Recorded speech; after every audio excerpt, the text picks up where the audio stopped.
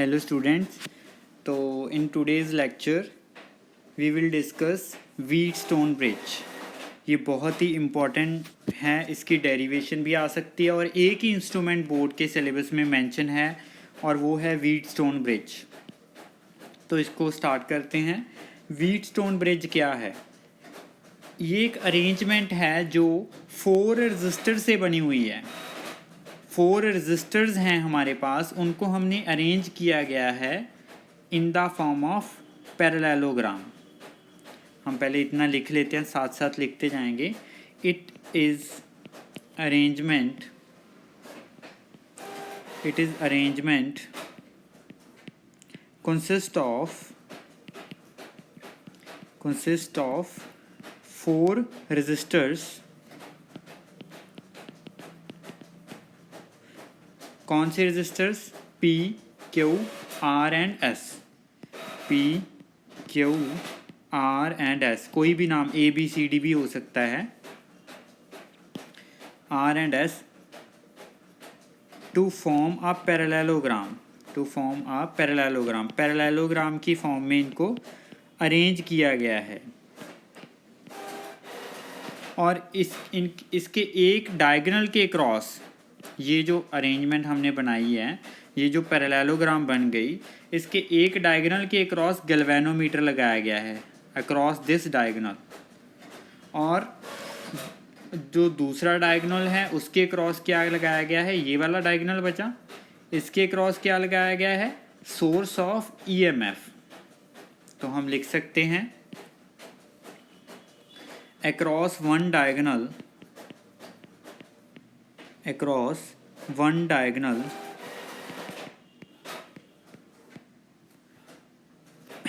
galvanometer is connected. galvanometer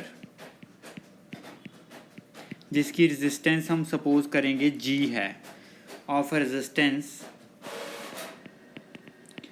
G is connected. और दूसरे diagonal के अक्रॉस क्या कनेक्ट किया गया है? Source of EMF. And across other diagonal source of EMF is connected. और जब ये सर्किट हमने बना दिया तो इसकी एक कंडीशन मैं लिखूँगा.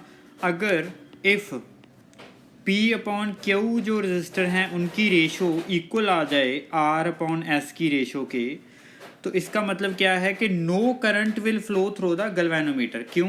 क्योंकि उस टाइम क्या होएगा, ये जो B पॉइंट है और ये जो D पॉइंट है, ये जो V पॉइंट का जो पोटेंशियल है और D पॉइंट का जो पोटेंशियल है वो सेम हो जाएंगे. V पॉइंट का पोटेंशियल एंड D पॉइंट का पोटेंशियल सेम हो जाएंगे.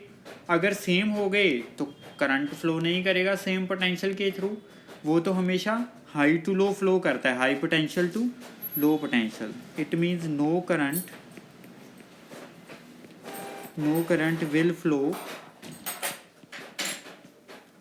Through the galvanometer.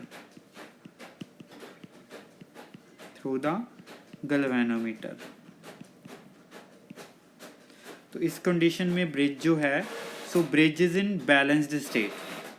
तो ब्रिज को हम बोलेंगे bridge is said to be balanced. ये जो कंडीशन मैंने लिखी है P upon Q is equal to R upon S, P upon Q is equal to R upon S, ये कंडीशन तब एप्लीकेबल है जब ब्रिज जो होएगा बैलेंस होएगा. या हम बोल सकते हैं अगर ये वाली कंडीशन हमारी ट्रू हो रही है तो हम बोल सकते हैं कि ब्रिज जो है वो बैलेंस्ड स्टेट में होएगा. और उस स्टेट में गैल्वेनोमीटर इस वाली इस आर्म में कोई भी करंट फ्लो नहीं करेगा गैल्वेनोमीटर में से. ओके, तो नेक्स्ट इसी चीज़ का हम प्रूफ कर लेते हैं. P upon Q is equal to R upon S. अगर हम गैल्वेनोमीटर में से कोई भी करंट पास ना करवाएं तो हम इस चीज़ को प्रूफ करेंगे. और ये वाली डेरिवेशन काफ़ी इम्पोर्टेंट है. Proof of balanced Wheatstone bridge, balanced Wheatstone bridge condition.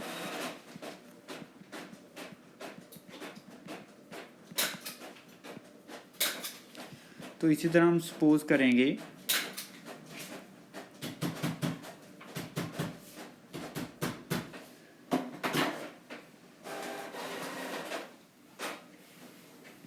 ये एक रजिस्टर हो गया P, हम ड्रॉ कर लेंगे। ये एक हो गया Q, ये हो गया R और ये हो गया S। इस डायगोनल के क्रॉस गैल्वेनोमीटर मैंने लगा दिया जिसकी रेजिस्टेंस D है और यहाँ पे मैंने इसको कनेक्ट कर दिया।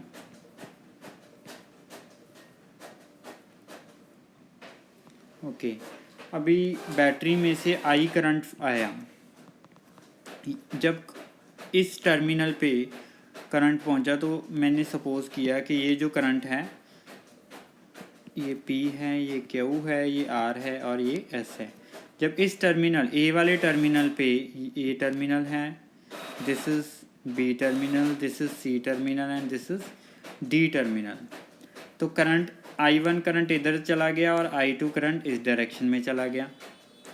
अब I1 चलता गया वो V पॉइंट पे पहुंच गया। अभी फिर एक टर्मिनल आ गया तो क्या हुआ,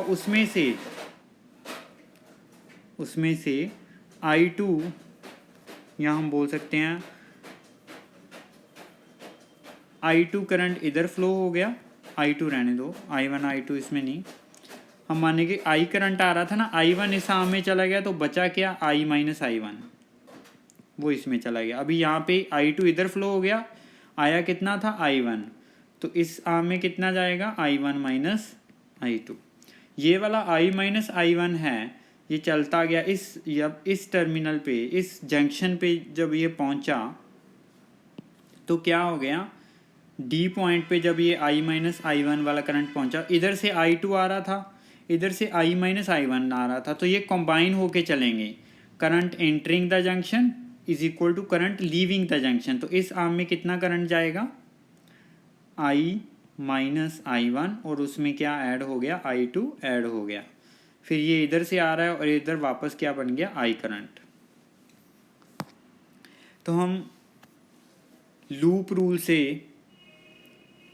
प्रूव करेंगे P upon Q is equal to R upon S।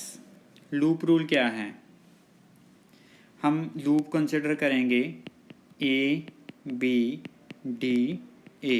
कल बताया था मैंने Kirchhoff's law, Kirchhoff's second law है, तो लगाइए A से शुरू हो जाइए। In the direction of current potential drop, तो रेजिस्टेंस कितनी है P, यहाँ पे है Q, यहाँ पे है R, ये रेजिस्टेंस की वैल्यू दी गई है। तो I1 into P, potential drop है तो नेगेटिव लगाएंगे। B पॉइंट पे पहुँच गए, क्योंकि हमने जो लूप कंसिडर की है, हमने ये वाली लूप कंसिडर की है। P पॉइंट से A से चले B पॉइंट पे पहुँच गए और फिर उसके बाद हम गैल्वेनोमीटर में से आएंगे तो आगे बन गया हमारे पास I2 करंट आ रहा है गैल्वेनोमीटर में, I2 इंटू G, और वो भी नेगेटिव, पोटेंशियल का ड्रॉप हो गया। फिर D पॉइंट पे आगे, D से A आएंगे जब, अभी हम तो इस डायरेक्शन में जा रहे हैं और I माइनस I1 इस डायरेक्शन में आ रहा है, तो ऑपोजिट, हम किस डायरेक्शन में मूव कर रहे हैं, opposite to flow of current, तो पोटेंशियल का गेन होएगा। कितना करंट है, I माइनस I1, रेजिस्टेंस कितनी है R, पोटेंशियल गेन होएगा तो प्लस लगा दिया और इक्वल टू ज़ीरो कर दिया, और इक्वल टू ज़ीरो कर दिया हमने। ये फर्स्ट लूप की बात हो गई। अब सेकेंड लूप हम कंसिडर करेंगे, loop B C D B। ये वाली लूप मैंने कंसिडर कर ली, B C D B। अब B पॉइंट से हम स्टार्ट करेंगे, B पॉइंट से स्टार्ट किया, in the direction of current जा रहे हैं तो I1 minus I2 into Q, potential का ड्रॉप होएगा। C पॉइंट पे पहुंच गए, C से D आएंगे तो opposite to direction of current चल रहे हैं तो क्या होएगा, पोटेंशियल गेन होएगा। करंट कितना है, I minus I one plus I two into S, potential gain होएगा। और डी से बी आएंगे तब भी पोटेंशियल गेन होएगा opposite to flow of current, तो plus I two into G is equal to कर दिया मैंने 0। अब ये दो क्वेश्चंस आ गई, क्वेश्चन 1 आ गई और क्वेश्चन 2 आ गई मेरे पास। तो हमने तो बैलेंस वाली कंडीशन प्रूव करनी है। बैलेंस कंडीशन में क्या होएगा, गैल्वेनोमीटर में से कोई भी करंट पास नहीं होता। जब ब्रिज बैलेंस होता है, in balanced state no current will flow through the galvanometer। तो गैल्वेनोमीटर में से हमने कितना सपोज किया था, I2, मीन्स I2 की वैल्यू क्या होगी, 0। तो फर्स्ट कंडीशन में अगर I2 की वैल्यू 0 कर दें तो हमारे पास क्या बनेगा, I1P negative plus I minus I1 into R is equal to 0। और सेकंड कंडीशन में अगर I2 की वैल्यू 0 कर दें यहाँ पे, यहाँ पे, यहाँ पे, तो क्या बनेगा, minus I1 into Q plus I minus I1 into S is equal to 0। क्योंकि यहाँ पे ये भी 0 हो गया, इक्वल टू 0 इक्वल टू 0, और ये तो पूरी चीज़ ही 0 बन गई। तो मीन्स अब ये इक्वेशन बन गई, फर्स्ट वाली इक्वेशन मैंने यहाँ पे 3 4 लिख लिया। अब आप क्या करो, न्यू इक्वेशन बन गई जब हमने गैल्वेनोमीटर के करंट को 0 कर दिया। तो इक्वेशन 3 4 इनको थोड़ा सा हम अरेंज कर लेते हैं। हमने क्या किया, इसको I1P जो नेगेटिव का है उसको राइट साइड ले गए, तो ये बन गया I minus I1 into R is equal to I1P, positive बन गया। I1Q को भी हम राइट साइड ले जाएंगे, तो ये बन गया I minus I1 into S is equal to I1 into Q.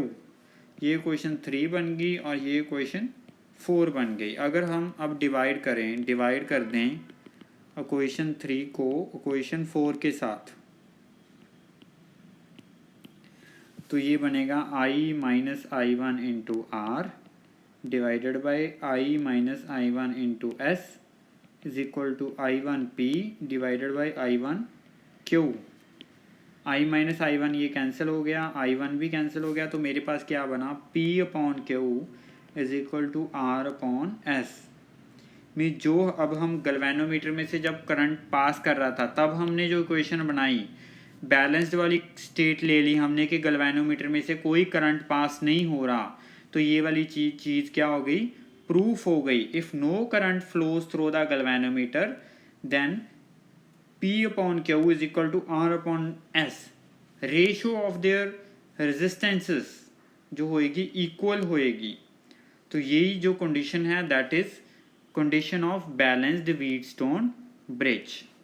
तो ये जो टॉपिक था ये बहुत इंपॉर्टेंट टॉपिक था और बोर्ड में श्योर पूछा जा सकता है, क्योंकि एक ही इंस्ट्रूमेंट है जो आपके सिलेबस में मेंशन है, वो है व्हीटस्टोन ब्रिज, और वो हमने आज कवर कर लिया। अगर कोई डाउट है तो कमेंट वगैरह कर सकते हो, और वीडियो अच्छी लगी तो हमारे चैनल को सब्सक्राइब कर सकते हो। Thank you.